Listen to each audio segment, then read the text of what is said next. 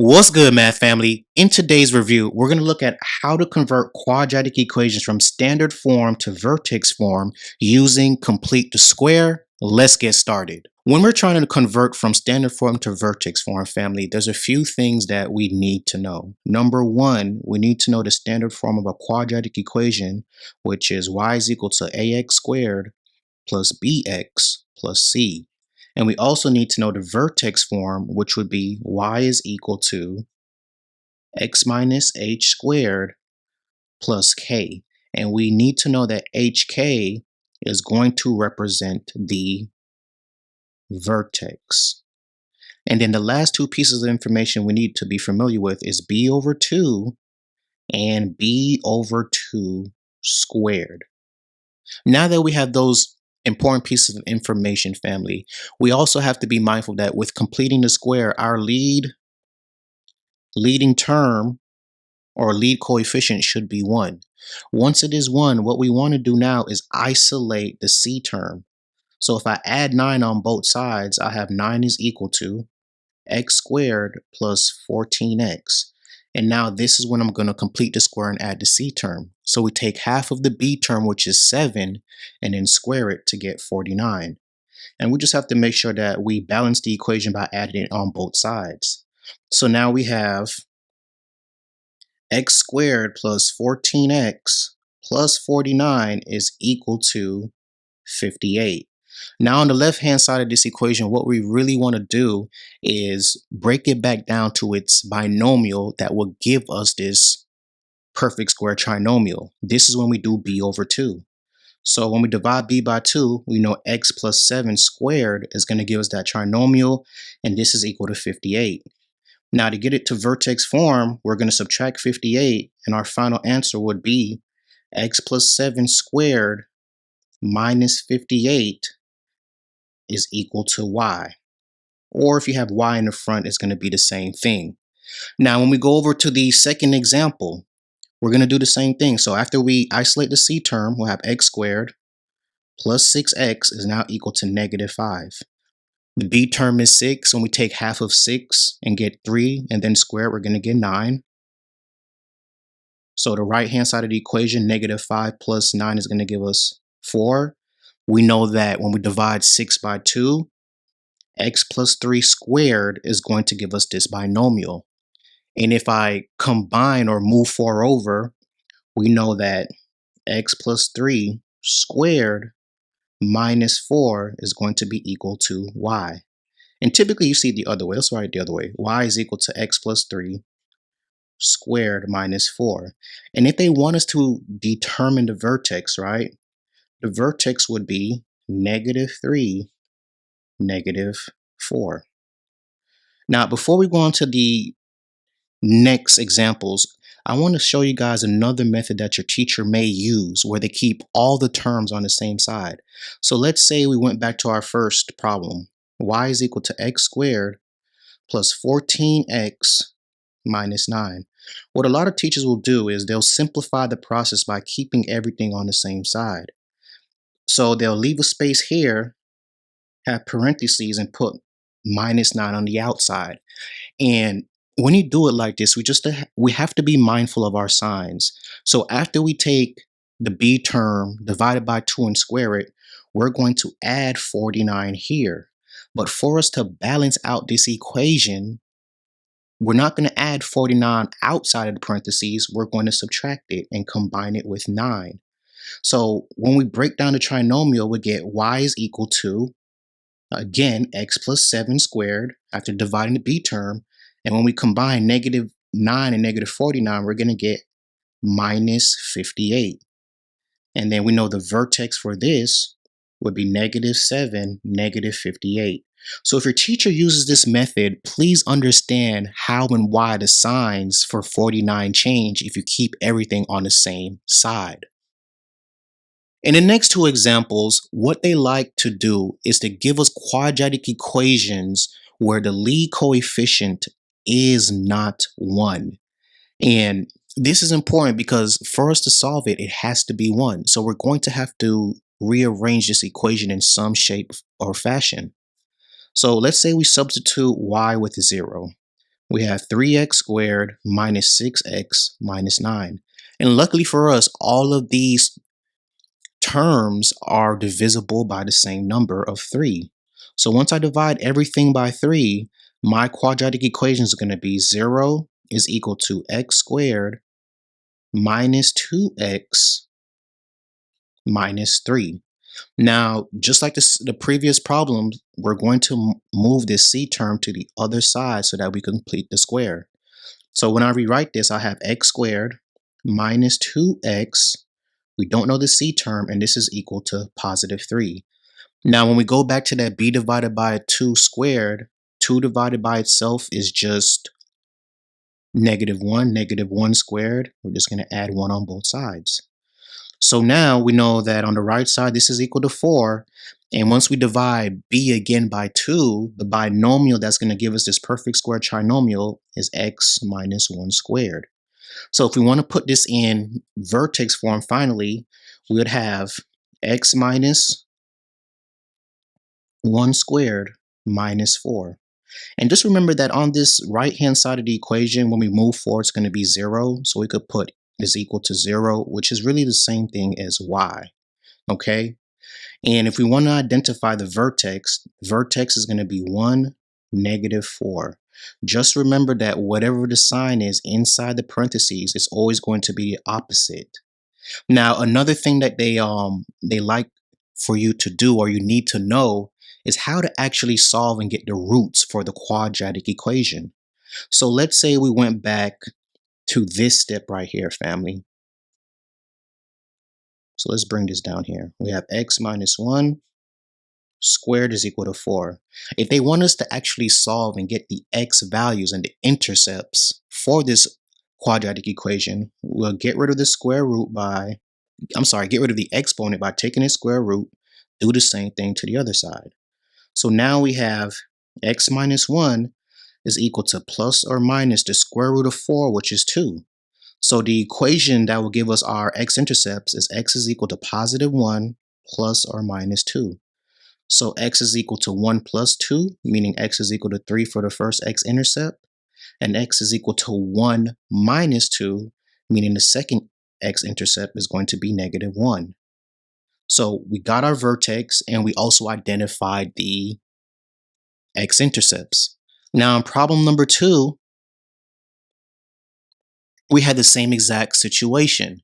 Lead coefficient is not 1, but all of the terms can be divided by the same number. So we're going to divide everything by 2.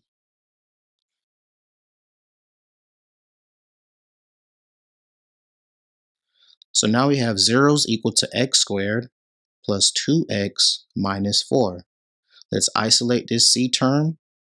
So now we know positive 4 is equal to x squared plus 2x. When we complete the square, we know the c term is going to be 1. All right, half of 2 is just 1. 1 squared is 1. We're going to add it on both sides. So now we know 5 is equal to x squared plus 2x plus 1. When we simplify this further, 5 is equal to x plus 1 squared. We subtract 5 on both sides. Now y is equal to x plus 1 squared minus 5. My vertex is going to be at -1, -5. Now, if we wanted to figure out the roots or the x-intercepts, we could pick this problem back up right here. So we know that 5 is equal to x plus 1 squared. Get rid of the exponent by taking the square root. So you know plus or minus the square root of 5 is equal to x plus 1. Now, once I subtract, and actually let's rewrite this. So we have x plus 1 is equal to plus or minus square root of 5. Now when I isolate x, we're going to have x is equal to -1 plus or minus the square root of 5. And this is when our x-intercepts are going to be a decimal because of that radical 5. In the next two examples, what they like to do is give us quadratic equations where we cannot divide all 3 of the terms evenly. So there's a possibility that we are going to have to work with fractions, but the process is the same, family. So if we look at our first example, I would say, okay, let's isolate the c term. So we know 2x squared plus 7x is equal to -6. Now, to get the lead coefficient to be 1, we're going to divide everything by 2. So now I have x squared plus 7 over 2x is equal to -3. And this process right here with fractions is very important, family, because a lot of students get the denominator incorrect. And this is typically why. So remember that when we're dividing fractions, right, this typically turns into a multiplication problem where we're going to have 7 over 2 multiplied by 1 over 2, which gives us 7 over 4. Now, when we square this, that c term is going to be 49 over 16. And let's make sure that we add this on both sides of the equation. Now, another thing that I try to tell students not to make the mistake of is the actual binomial that's going to give us this trinomial that you see me kind of circling or putting a box around. So remember, when we divide that b term by 2, we get 7 over 4. So the binomial is not going to be x plus 7 over 2 is going to be x plus 7 over 4 squared. That is what's going to give us this trinomial up here. Please do not make the mistake and keep that 7 over 2. That would be incorrect. And now on the opposite side, this is equal to positive 49 over 16. And then if we want 3 to have a denominator of 6, we would convert this to 48 over 16. When we simplify, we're going to get 1 over 16, and then we have x plus 7 over 4 squared. So the final step now, family, when we subtract, we're going to have x plus 7 over 4 squared minus 1 over 16, right? This is what y is equal to. So if we want the vertex, we know it's going to be at -7 over 4 and -1 over 16. Now, before we go on to the next example, let's say they wanted us to actually solve this and figure out what are the x-intercepts. So if we go back to, let's say, this step right here, right? Scroll down some. What we have is x plus 7 over 4 squared is equal to 1 over 16. So we're going to get rid of the exponent. Scroll up a little bit more. So we have x plus 7 over 4, right? Exponent's gone now. Is equal to plus or minus 1 over 4, right? We took the square root of 1 and 16. Now we isolate, so we have x is equal to -7 over 4 plus or minus 1 over 4. And when we simplify, we're going to get x is equal to -7 minus 1, which is -8 over 4, meaning x is equal to -2. Or if we do -7 plus 1, we're going to get x is equal to -6 over 4. And when we reduce this fraction, we're going to get x is equal to -3 over 2. So whether they ask you to convert it to vertex form and identify the vertex, or solve and get the x-intercepts, this is how you'll do it.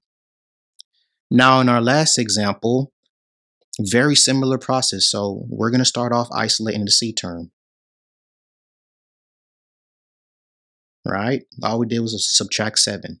Now when we go in, right, we're going to divide by 2, so our lead coefficient is 1. We have x squared minus 6x is equal to -7 over 2. And I wasn't going to say this, but family, do not convert these fractions to decimals. It's going to make the process of completing the square 10 times harder. Just keep it as a fraction. Now, when we take half of this b term, 6, and we square it, we're going to get 9. And we're going to add this on both sides. So x squared minus 6x plus 9, when we divide a b term by 2, we know x minus 3 squared is what's going to give us that trinomial. And then on the right-hand side, we have negative 7 over 2. And then if we want to have a denominator of 2, that 9 is going to be converted to 18 over 2. So now when we simplify, we have x minus 3 squared is equal to 11 over 2. So if we wanted to get this in vertex form, we have x minus 3 squared minus 11 over 2 as our answer, right? Don't forget y is equal to. So this would be our answer if we convert it to vertex form. Now, if they wanted us to actually solve this, right, let's pick back up right here. We have x minus 3 squared is equal to 11 over 2. And this one is a tricky one to solve. You have to remember a key rule. So we come in, we get rid of the exponent, do the same thing, take the root on the other side. We have x minus 3 is equal to the square root of 11 over the square root of 2. Now, from radicals, you guys should know that when we have a fraction, we cannot have a radical in the denominator. So we're going to rationalize.